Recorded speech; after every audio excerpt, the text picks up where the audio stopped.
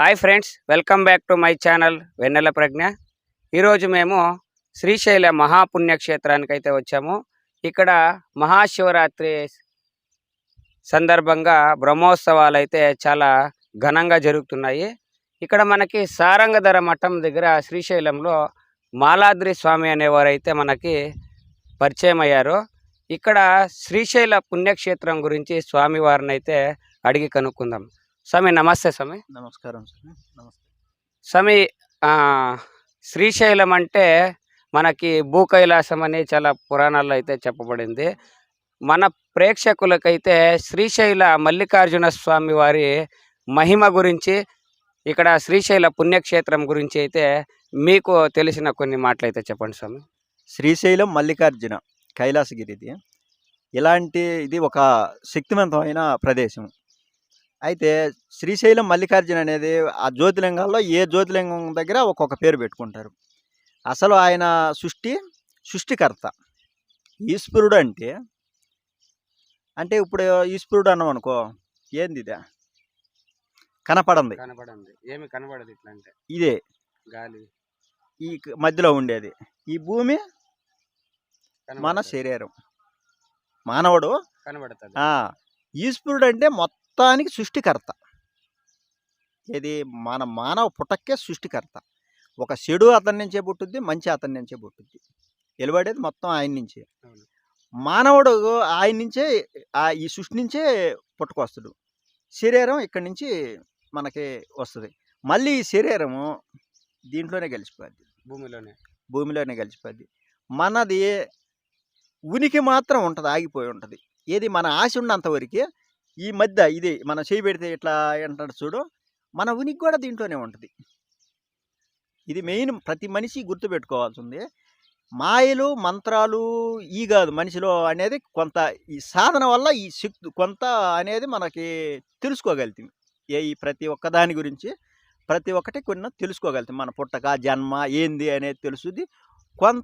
కొన్ని మన సూక్ష్మ శరీరం అనేది కొన్ని విధానాల్లో శక్తివంతంగా తయారవుతుంది. మనకు అది కాక ఆరోగ్యపరంగా ముందు చెప్పాల్సి ఉంది. వీళ్ళు కొంతమంది ఏం చేస్తారంటే శక్తులు అయ్యి అంటారు. వీటిని కాదు మనం ముందు కావాల్సి ఉంది. అసలుకి అవి కొన్ని వేల సంవత్సరాలు చేస్తే కానీ మన ఒంట్లో ఏది ఒక శక్తి అనేది రాదు. ఈశ్వరుడు ఆదిపరాశక్తి వీళ్ళంతా సామాన్యమైన, అంతా మామూలుగా కనపడని ఒక సృష్టి. అయితే దాంట్లో మానవుడు చాలా ఒక అడవి, ఒక జంతువులు ఉన్నాయనుకో, ఈ అడవిలో ఉండేవి. అవి ఒకదాన్ని ఏటాడుకొని తింటా, హింసించుకొని తింటున్నాయా లేదా? కానీ హింస లేని జీవులు ఎన్ని ఉన్నాయా? చాలా ఉంటాయి.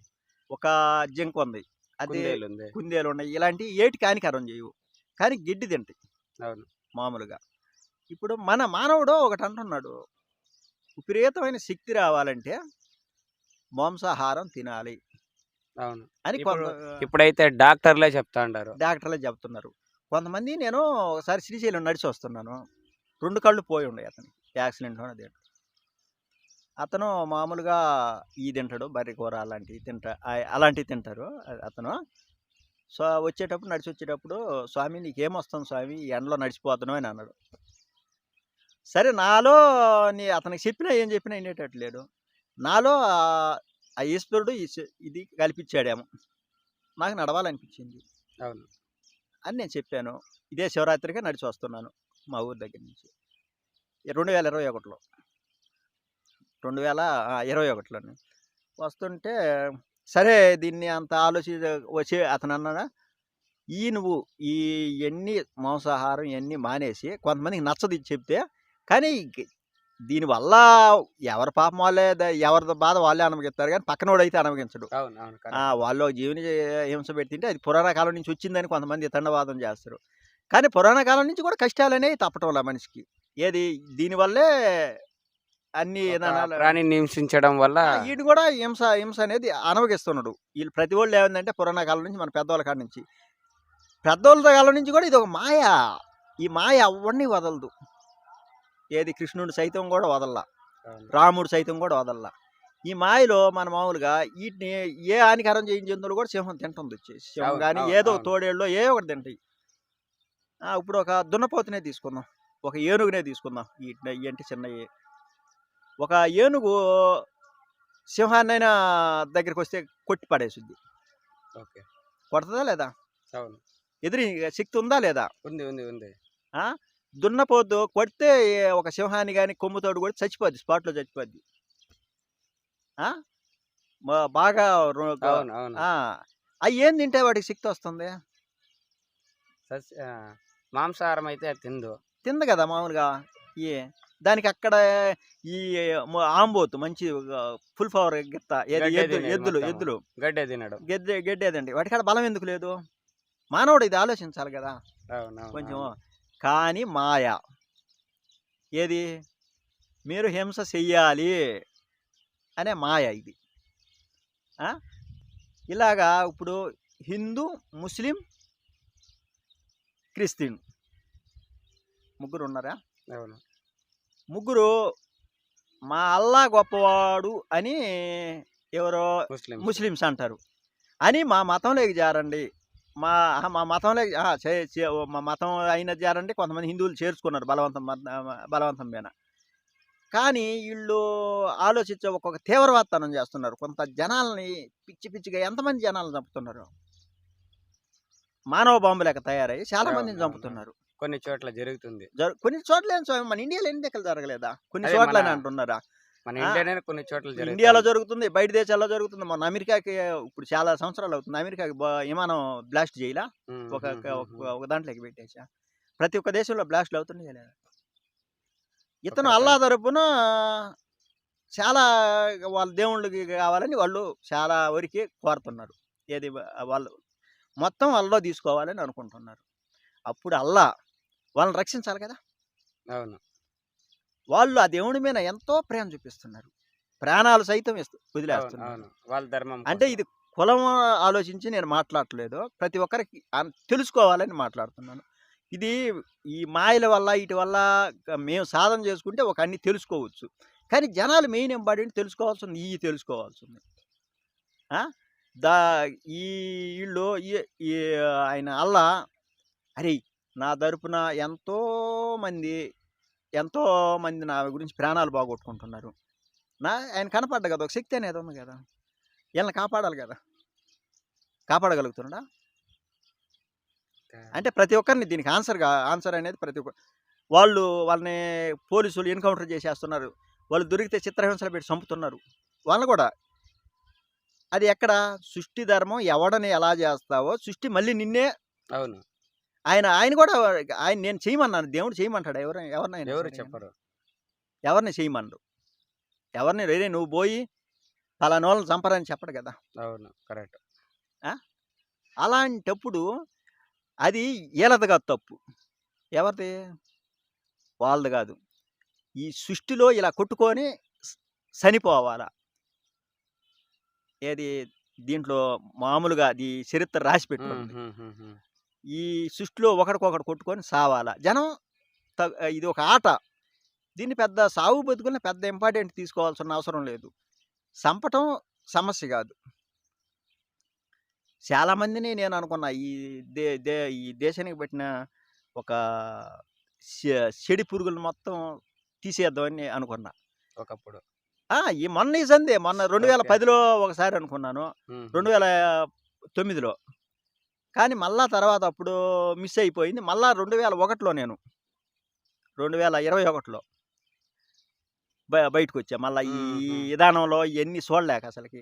మనవడంటే అసలకి ఎట్టుందంటే బయట కూడా మీకు తెలియనిదేముంది అవునవునవును. మీరు మరీ విచిత్రమైన ఒక మురిగుంట లాంటి అది ఎట్టుందంటే మరీ దారుణంగా ఉంది. దారుణంగా ఉంటది. దారుణంగా ఉంది. కాకపోతే మీకు నేను బయటకొచ్చినాక ఈ 3 సంవత్సరాల నుంచి నేను ఎంత ప్రశాంతంగా ఉన్నానో నాకు తెలుసు. దీన్ని ఏ ఇంటికా ఆ! దే మళ్ళీ డైవర్ట్ తర్వాత దీన్ని ఇలాగా హిందువులు కూడా హిందువులు కూడా మా ధర్మం అని పోరాడతారు. పోరాడుకుంటున్నారు. క్రీస్తువుడు వాళ్ళేం చేస్తున్నారు మా మతంలోకి రావాలని వాళ్ళు చేసే ప్రయత్నం వాళ్ళు చేస్తున్నారు. వాళ్ళు ఇలాగా ఈ 3 కులాలకి ఇట్లా ఏది ప్రశాంతంగా లేకుండా. అవును. ప్రశాంతత లేకుండా మనమే అడవిలో జంతువులు మనము అడవిలో ఉంటున్నాయి వాటికి నోరు లేదు. మనం నోరుండి మనం ఏం చేసాము? అవును. మనకు తెలివితేటలుండి ఏం చేసాము? చెప్పండిలే. ప్రతి ఒక్కరు దీన్ని అర్థం చేసుకోండి. ఏందంటే మనం నోరుంది అన్నీ తెలుసు. మీ దేవుడు గొప్ప, మా దేవుడు గొప్ప అని అంటున్నాం.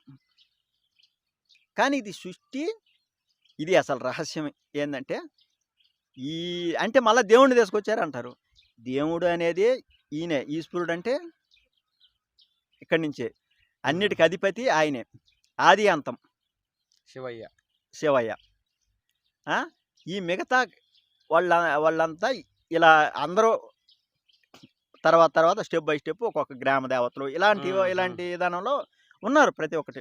మనలో మన ఆత్మ ఉంది అని అంటే ఎలా ఉందో ఆయనే ఆడిస్తుండు ఈ ఆటంతా. ఎవరో ఆయన నుంచి వెలుబడి నీళ్ళు బయటకు వచ్చిన వాళ్ళమే కదా. మనుగడ ప్రతి ఒక్కరు. ఉనికి అనేది ఒక్కొక్క దగ్గర నుంచే. ఇది కొంతమంది ఖండిస్తారు ఎలా అనేది. మామూలుగా ఒక అన్నం ఉంది. అన్నం వండి అక్కడ పోసేసి దాన్ని ఏవి తినకుండా ఉండమని చెప్పి దాంట్లో నుంచి పురుగు వస్తుంది. అవును, కరెక్ట్. మనిషి కొన్ని రోజులు పోయినాక అట్లే అది చెడిపోతుంది, పురుగులు వస్తాయి. పురుగు పట్టిపో ఎక్కడి నుంచి వస్తుంది ఆ ఉనికి? ఉనికే కదా, పురుగు అంటే ఉనికి. ఎక్కడి నుంచి వస్తుంది? ఒక మనిషి బతికున్నప్పుడు సపోజ్ చెప్తాం, ఒక మనిషి బతికే ఉండడు అనుకో, బతికున్నప్పుడు ఒక కాలు పుండు పడిపోద్ది. దాన్ని ఏమాత్రం మనం చూసుకోకపోతే దాంట్లో పురుగు వచ్చద్ది.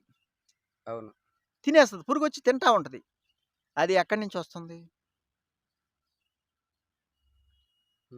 దీన్ని కృష్ణుడికి అన్నీ తెలుసు. కృష్ణ అన్నీ తెలుసు.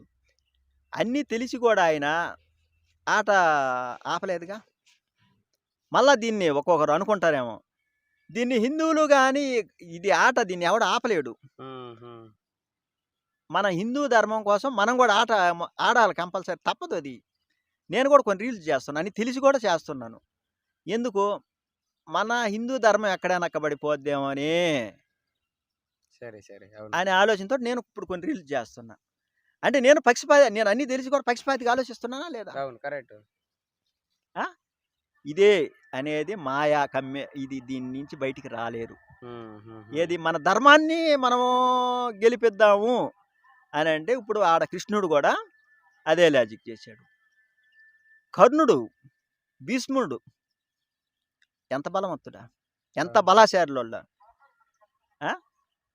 అలాంటి కర్ణుడికి శాపాలన్నీ లేకపోతే అక్కడ కృష్ణుడు ఈ నీతిని అయితే వైపు ఆయన తట్టుకోలేకపోయేవాడు. నీతి అంత గొప్పది. నీతి చాలా సత్యాన్ని కానీ నీతి చూపిలా. కరెక్ట్. ఒక్కొక్క ఈ భూమిని ఆయన ఒక్కొక్క అవతారంలో వచ్చి ఒక్కొక్క శక్తిని అంతా లాగేసేసారు. లాగేసి కర్ణుడిని భూమిలోకి రథం కుంగిపోద్దా. ఇలాంటివన్నీ. కానీ కృష్ణుడికి అన్నీ తెలిసి కానీ ఇద్దరిని ఎందుకు అంతమంది ప్రాణాలు ఎందుకు పోవాల్సి వచ్చింది? అదే అనుకోనంటే అంత కురుక్షేత్రము జరిగి ఉండేదా? కానీ అది ఆయన పుట్టాలా, అలాగా దాన్ని రావాలా, రాముడుగా పుట్టాలా, ఇలా అవ్వాలా, కృష్ణుడుగా వెంకటేశ్వర స్వామిగా ఇక్కడ కొన్ని ఎవరికి ఇది అనేది ఈ సృష్టిలో నుంచి మీకు ఎంతోమంది ఈ సృష్టిలో నుంచి తప్పించుకునే అవకాశమే లేదు. ఎవరే కానీ తప్పించుకోలేరు. ఇక్కడ వచ్చినాక జంతువులు ప్రశాంతంగా ఉండలేవు, ఇటు మానవుడు ప్రశాంతంగా ఉండలేడు. ఎందుకు? ఈ సృష్టి మాయ కాబట్టి దీని గురించి పెద్ద ఇంపార్టెంట్ తీసుకోవాల్సినంత అవసరం లేదు. ప్రాణాల గురించి కూడా ఈ మట్టిలో కలిసిపోద్ది ఈ శరీరం.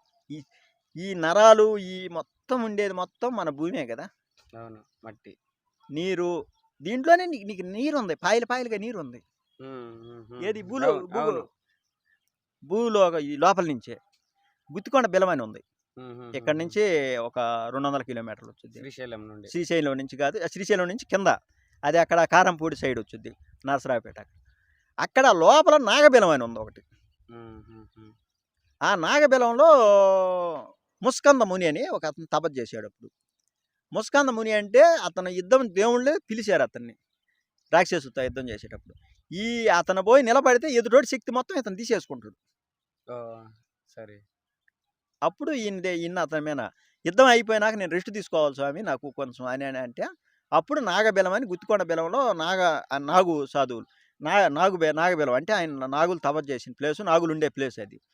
ఇక్కడి నుంచి కాశీకి ఉంది, అక్కడి నుంచి సొరంగ మార్గం. సొరంగం. ఏది మన నరాలు రక్తం ఎలా ఉంటుందో ఇలాగే కాశీ, రామేశ్వరం, శ్రీశైలం మన అక్కడ నుండి. అక్కడి నుంచి ఇప్పుడు అవన్నీ నీళ్లు ప్రతి ఒక్కటి నీళ్ళు వచ్చి అట్లా ప్యాక్ అయిపోయినాయి మొత్తం. నీళ్ళు వచ్చేసినాయి మొత్తం. ఇప్పుడు మన కాలంలో పంట కాలంలో ఎలాగ పోతాయి అలాగా మొత్తం వెళ్ళిపోతాయి అన్నమాట, నీళ్ళు వచ్చేసినాయి. ఇప్పుడు దాంట్లోకి ఎవరు పోయినా ప్రాణాలతో తిరిగి రాలేరు. కొంతమంది చాలా వరకు దాంట్లోకి పోతే మాత్రం ప్రాణాలతో రారు. ఇలాగా దాన్ని నేను చెప్పానని ఎవరు ట్రై చేయొద్దు. మహాపుణ్యక్షేత్రం అది. అక్కడికి పోయి స్నానం చేసి వచ్చినా ఏది చేసి వచ్చినా మంచిదే. అలాగా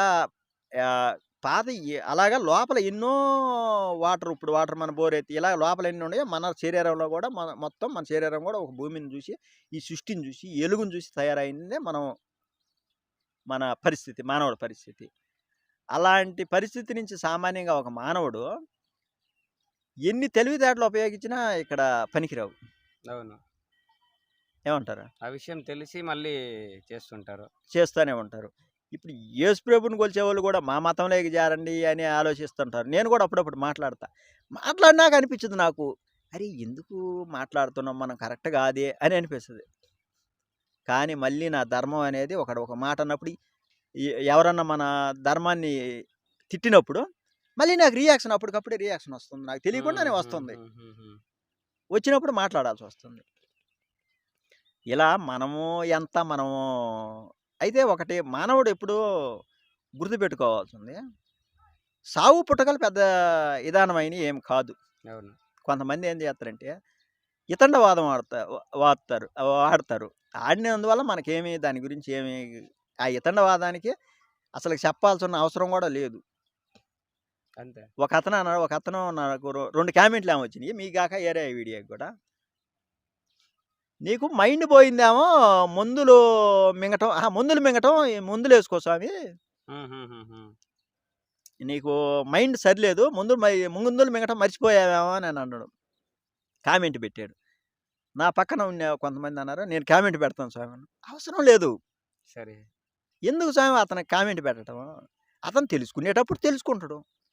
తెలుసుకునే టైం బోల్డ్ ఉంది, తెలుసుకోలేకపోతే అలాగనే ఉండని. అతనికి ఏదో కౌంటర్ ఇవ్వటం వల్ల మనకి ఏమీ ఒరిగేది లాభమేమీ లేదు. అతనే ఎప్పుడో కట్టు, అతను తెలుసుకొని అతనే ఆలోచించుకోవాలి. కానీ మనం అతనితో అవసరం లేదు అని అంటారు. 2 కామెంట్లే చూశాను, ఎక్కువ నేను పెద్దగా పట్టించుకోను వాటి గురించి. చూశాను. యాక్చువల్లీ ప్రతి ఒక్క మంచి వీడియోకి కూడా ఏదో ఒక నెగిటివ్ గా కామెంటర్లు పెట్టేవాళ్ళు వస్తూనే ఉంటారు. దాని గురించి అయితే మనం ఎందువల్ల అంటే వాటిని పెద్దగా అన్నిట్లో అదేనమాట. అది దేన్ని పట్టించుకోకుండా ఉండవాడే ఒక సాధకుడు అని ఆ స్థితికి వెళ్ళిపోవాలన్నమాట. దేన్ని ప్రాణం పోతుందన్నా కూడా పర్వాలేదులే అని అనుకునేవాడే ఆ స్థితిలోకి వచ్చిన వాడే, వాళ్ళలో ఏ మర్మం లేనట్టు లెక్క. అది పరిస్థితి.